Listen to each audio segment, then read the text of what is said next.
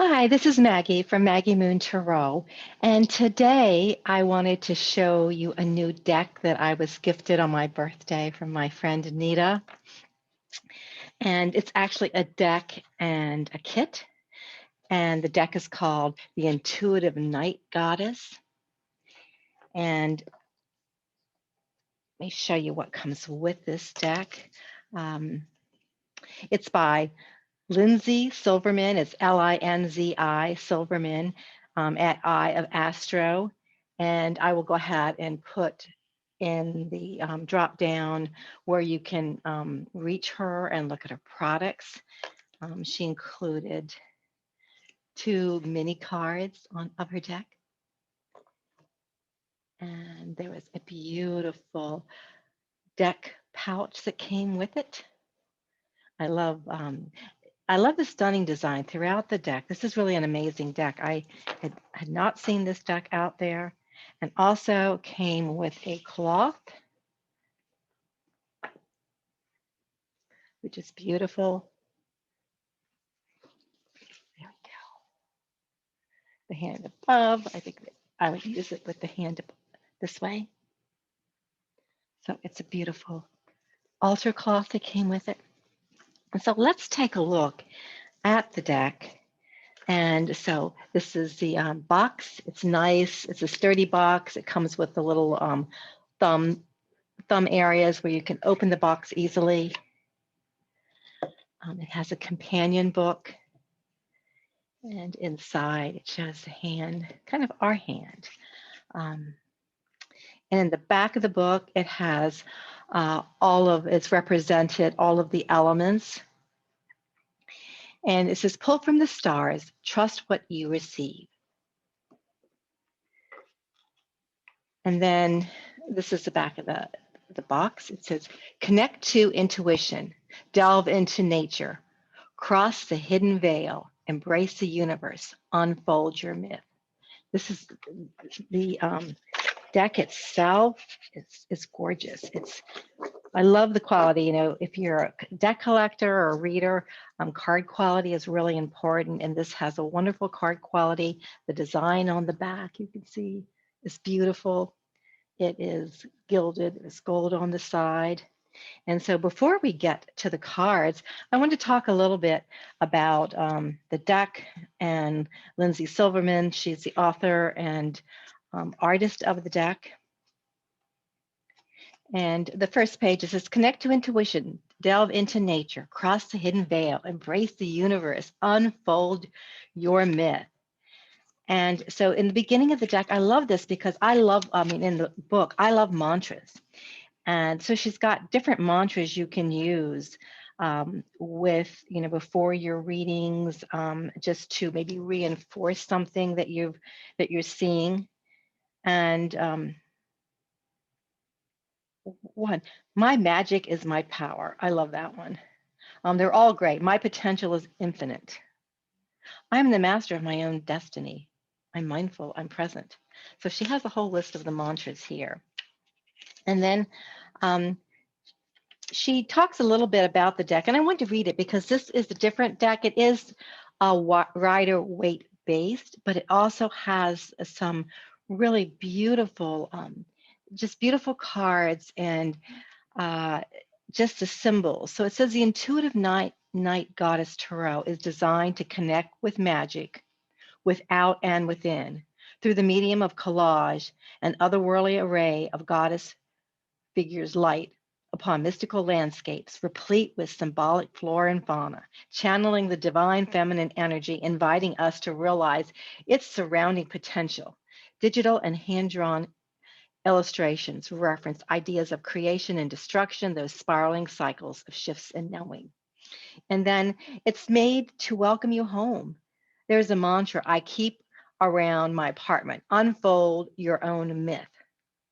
The tarot offers us guidance in the journey of life, but it also is a reflection of what the journey holds, inspiring us to reclaim our own power over our unfolding past.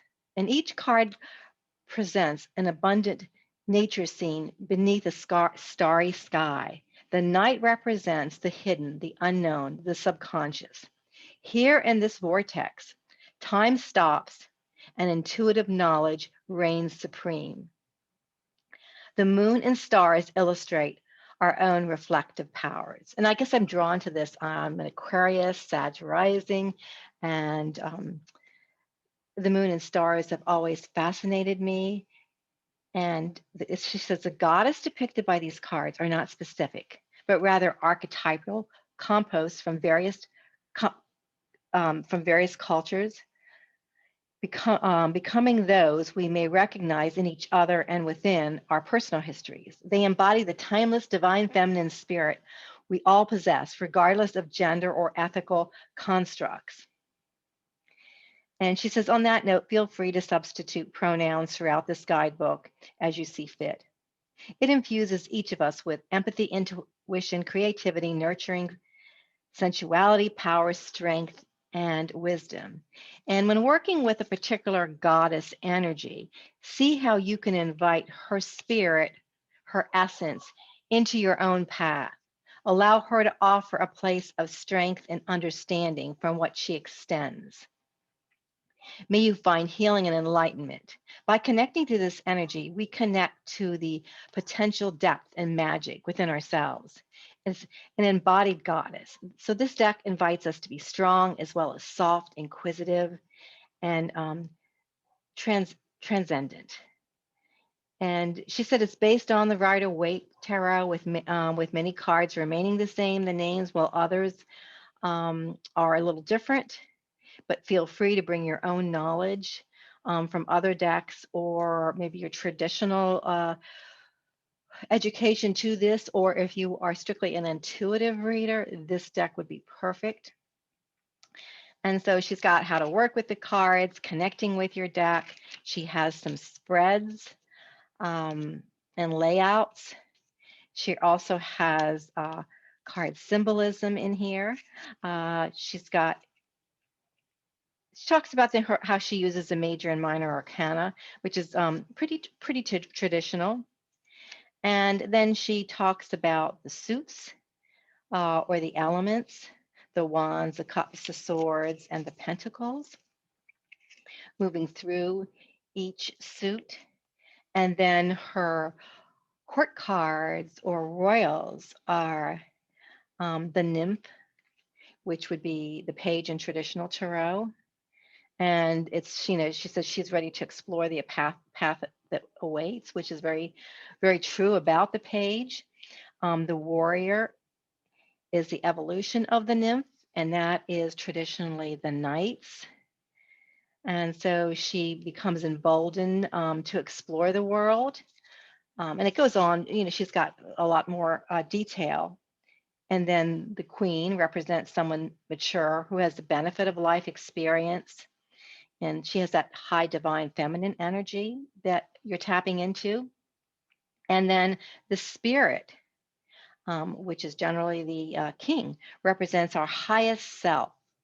She said she believes endings become beginnings because the spirit or the king is the end of the court. So endings become beginnings. Therefore, spirit is the final form of the cycle where all understanding gains place. And then, so she says, now let's look deeper into the individual cards to see what we can learn and divine. So she goes through the major arcana, and I'll show you those cards. And then at the end of the book, I like that she has, if you just need a kind of a quick guide or want to see her interpretations of her cards, because a lot of deck creators have some additional interpretations, which I find is really helpful to expand your own reading for yourself or for others. And so she has the major arcana, she has the wands, and all of the suits, the cups, the swords, and pentacles. And then she has some quick tips for reading.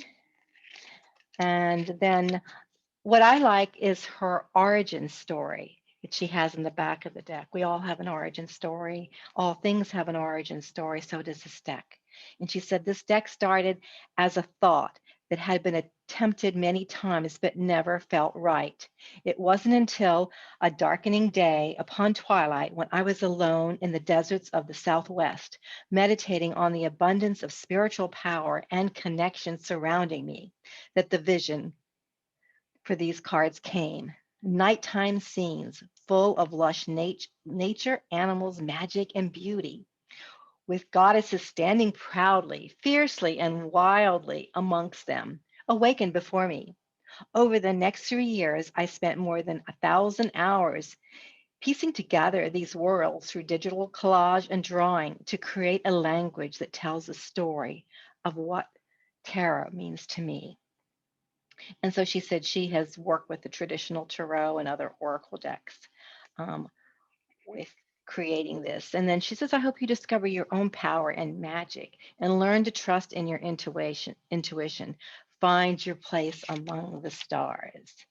And a little bit about Lindsay Silverman. Her company is Eye of Astro, and she's an intuitive healer, artist, and witch, interested in the cards from a young age. And she began to discover how real magic is all around, waiting for me to engage with it in all facets of my life. And so she goes on to tell a little bit about her. And so let's take a look at the cards. This is the exciting part. Let me move this over. And as I say, these are really nice shuffling cards. They have they have a good feel to it. I'm always about the how cards feel, and they just have a really lush, very luxe feeling to it. So the first card is potential. So you can see, and that's the fool or the seeker. And surrounded, she has a cat or a lion cat around her, and the stars overhead. This goddess does. And then for her magician, she has the witch. Colors are gorgeous. And you can see how this would be if you wanted to use this as an intuitive deck or traditional deck, either way. But with intuition, there's a lot that you can pull from this, because we're always in our intuition looking at, um, in any way we read, there's something that our eyes go to. There's something that it shows. And then her high priestess is the high priestess. We have the Empress, beautiful card. And instead, the Emperor is renamed the Monarch. And look at the beautiful monarch butterflies here.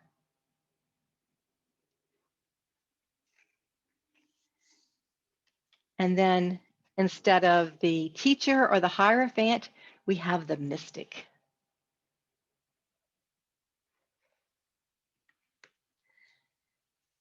And in place of the lovers, we have the Wayfarer.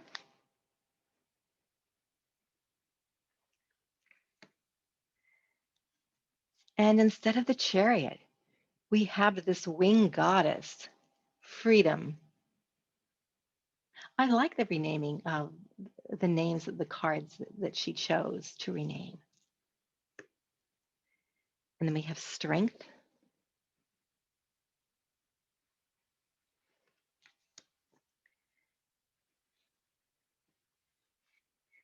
And then the Hermit is introspection.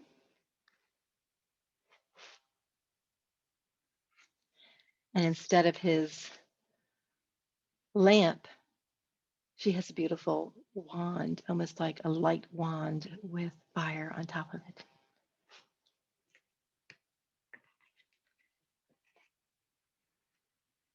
And then Chance, the Wheel of Fortune, because life is about taking that chance.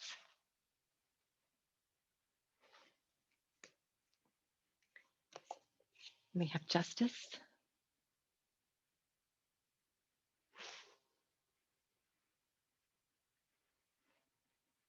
The scales are almost suspended, you notice there.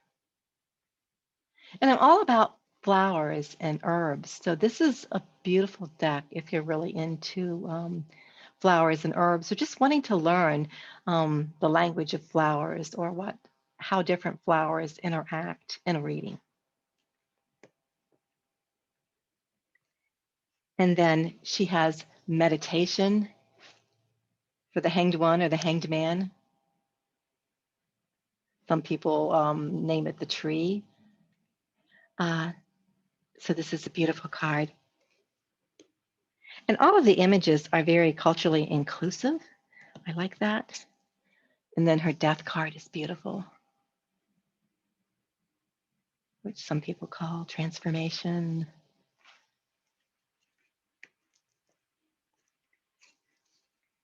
And here's her temperance card. And it really has a nice theme because the back of the cards actually show the night sky in each card.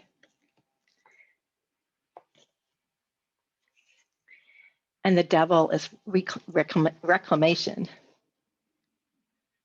And she's also a goddess with wings. Reclaiming back what belongs to us. And then the tower is revolution. So sometimes things must change. We must start from scratch. If we don't, life has a way of bringing that in for us. I always like that card. A lot of people, the Tower and the Death card, I feel like have so much potential a lot of times. So I think, in the movies, especially the Death card, you see that can be a very, it can be jarring for some people, but with death and with the Tower comes change, and nothing ever stays the same. So it's like a good thing. Sometimes we're not quite ready for it, but it will meet us where we are. And then when I get decks, I always find the Star card, because that's one of my birth cards. The Star card, my tarot birth cards, the Star card and Strength. And this is a gorgeous one.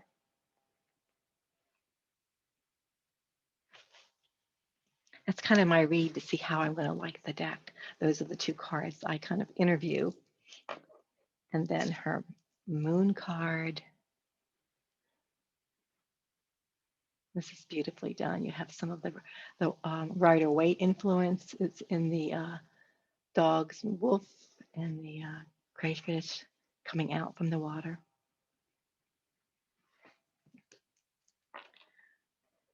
And then the sun.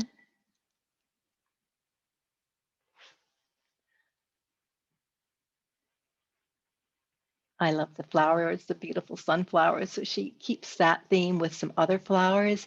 I used to grow sunflowers. And when I worked in the corporate world, on my way to work, I would go the back roads. I worked at Research Triangle Park, and I would go the back roads sometimes, not the highways. And I discovered that there was this field of sunflowers, and they said sunflowers for sale. And yes, I had some, but these were miniatures, all different types. And the man that was selling them, I pulled off, and so I wanted to buy some for on my way home. I was going to come back. And he was telling me a story. He loved growing them. And he said, yes, he said he had all different kinds of requests for these sunflowers. And one was, he said, there was a funeral, and they wanted it was a celebration of life. And they wanted it filled with sunflowers because, with sunflowers, we're always drawn to the sun. And I thought that was kind of a beautiful, beautiful story about these flowers, but they've always been happy flowers for me. And the seeds, and you can eat the seeds, dry them, the birds have them, so it's just a beautiful petals.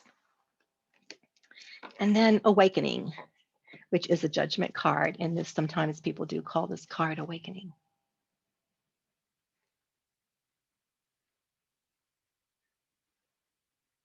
So this is maybe what we're called to sometimes. And then the World card is the universe, the cosmic dancer. And then I'll go through a little quickly. Her minor arcanas are beautiful. You get all the wands together. And then we'll go on to the Okay, we have the Ace of Wands, the Two of Wands, the Threes,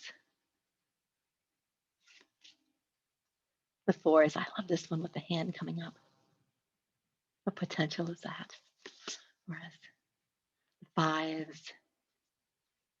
Fives are always the midpoint when the challenges come up. The Sixes, the Seven of Wands, Eight of Wands flying through the sky, the night sky. And then this is the Nine of Wands, the Ten of Wands, and then we've got the Nymph of Wands, or the Page. The Warrior of Wands, the Knights, when we get a little bolder when we're on our quest. The Queens, the Uniters, and the Spirit of Wands, the King. And then we'll go through the cups.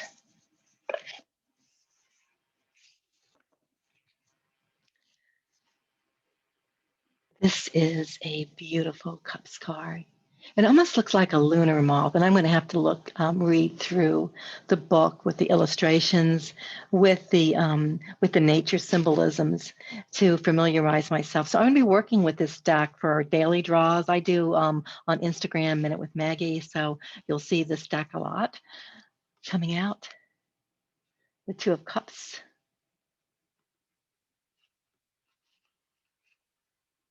the Three of Cups, the Four, the Five of Cups. This is interesting. Yeah, the Three Cups that are kind of emptying out, and then the Two Cups above.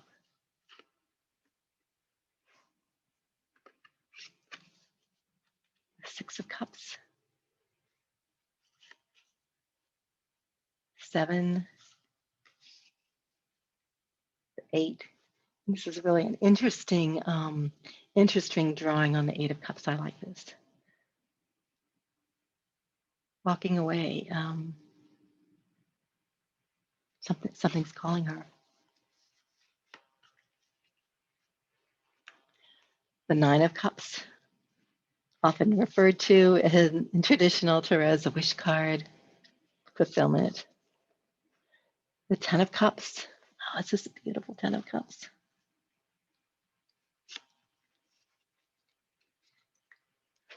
The Nymph of Cups. The Warrior. That's an amazing drawing there. The Queen.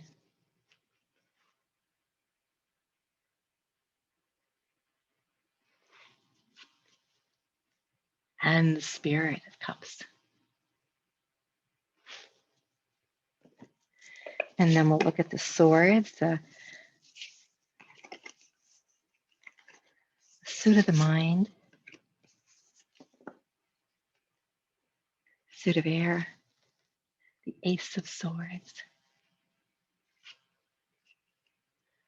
Two of Swords, Three of Swords,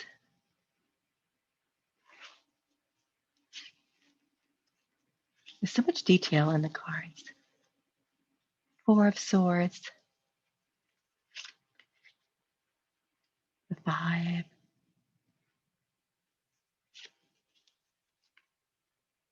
Six, Seven,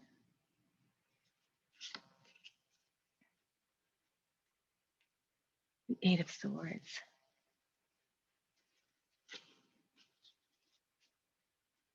the Nine, the 10, the completion. Tens are always completions one way or the other. The Nymph, or page. The Warrior of Swords. The Queen of Swords. My mother was the Queen of Swords archetype. A lot of times, there's a book, Ethne wrote it, and I think it's called The Court Cards. And she goes in depth about court cards. And if you're learning, or just how to look at the cards as to what they can represent, because sometimes court cards are very hard for people to read, wondering, is it about somebody specific? Is it actually in a feeling that is embodied in the court cards? So I do recommend that book. It's a great book if you're learning to really get in depth with the court cards. But the Queen of Swords is my mother. And kind of the Judge Judy card in the deck, depending on how you read her. Some people feel she can be very severe. But I see her as very, very clear. There's a purity. There's a sense of wisdom in the Queen of Swords. This is a beautiful representation. There's, you can transform yourself. The butterflies or the night flies there. What do you want to cut out? With her sword, she has her sword, so she is, and her sword points to the heavens. So that's also a sign too, what she's bringing down.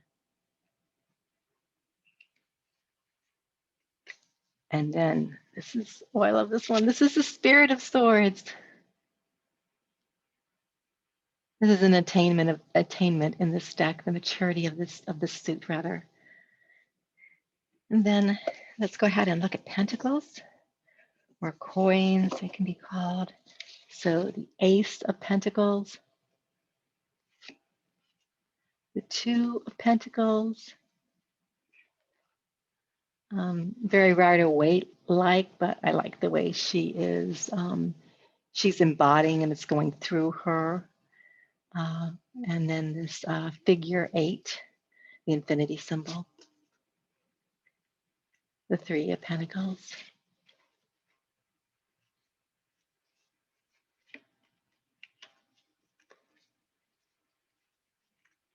the Four of Pentacles, the 5, 6, the 7s, 8 of Pentacles. For me, the 8 of Pentacles, because I'm an 8 life path, that's a card that I will keep. I might make a copy of the 8 of Pentacles. I keep it. I feel like it's a very lucky, it's a very prosperous card. Traditionally it's about doing the work you love, but it's also about abundance, because Pentacles can also be not only money or coins, can be about health. So for me, it's a very fortuitous card. So I usually keep a copy of the 8 of Pentacles in my wallet, or in a little pouch or something.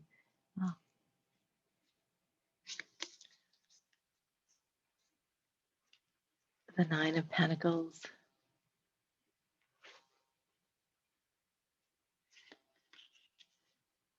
And then the 10 of Pentacles. A lot of crystals in this card. Looks like a beautiful crystal in the middle. And the Nymph of Pentacles. The Warrior of Pentacles.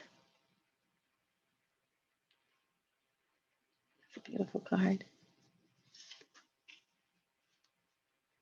The Queen of Pentacles.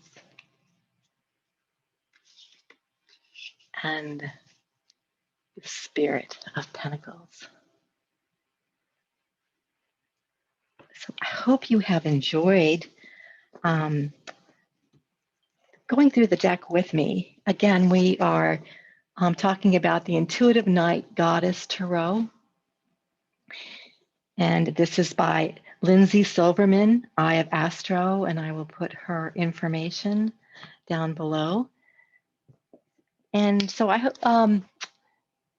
wishing you, this is the full moon, I'm doing it, the full moon in Leo today. So I'm wishing you a wonderful celebration of this full moon. And as always, peace always. I always end my videos, peace always. And if you like this video, go ahead and click the subscribe button and the like button. And I'll be using this. You can find me on Instagram. My webpage is maggiemoontarot.com. I'm an intuitive and intuitive reader, but I've also studied the tarot since I was in my 20s. I'm a numerologist and I read with charms and Lenormand. And I'm also an energy therapist, so I work with Reiki. So I do on Instagram, my handle is Maggie Moon Tarot, as is in Facebook, but I do a minute with Maggie. So it's, we're busy in the week and a lot of times we don't have a lot of time. So I'll just take a card, an oracle card, a tarot card. I read tea leaf cards, and just do a minute, riff a minute on the card, and maybe something um, will resonate with you for that day. So you can join me on any of those platforms. So until we meet again, be well.